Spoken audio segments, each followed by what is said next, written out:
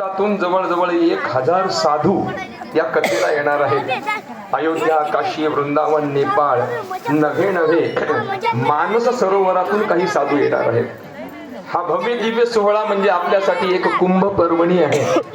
सगळ्यांना सकाळी चहा नाश्ता 2 वेळ भोजनाची व्यवस्था करण्यात आलेली आहे। 50,000 लोक मुक्कामाला थांबतील अशी व्यवस्था आहे। हा अभूतपूर्व सोहळा आपल्या भागामध्ये न भूतो न भविष्यती होणार आहे।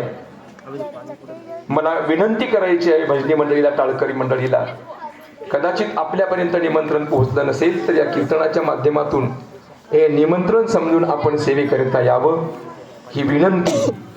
हा भूतो न भविष्यती असणारा सोहळा, डोळ्याचे पारणं फेडणारा सोहळा बघण्याकरिता आपण 7 दिवस इथं हजर राहावं ही सद्गुरू शिवलिंग शिवाचार्य महाराजांच्या मार्फत विनंती आहे।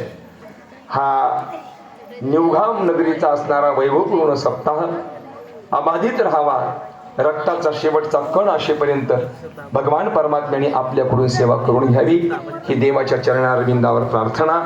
ज्याने कोणी या महायज्ञाला, या ज्ञानयज्ञाला, या सप्ताहाला आपल्या परीने तन मन धनाने सहकार्य केला असेल त्यांच्या जीवनामध्ये सुख समृद्धी शांती नांदावी एवढी भगवंताच्या चरणारविंदावर प्रार्थना।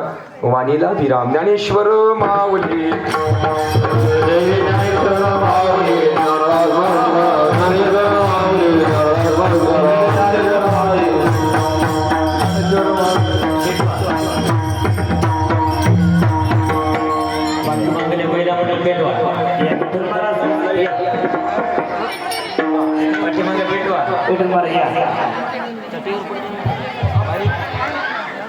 बोला सगळे।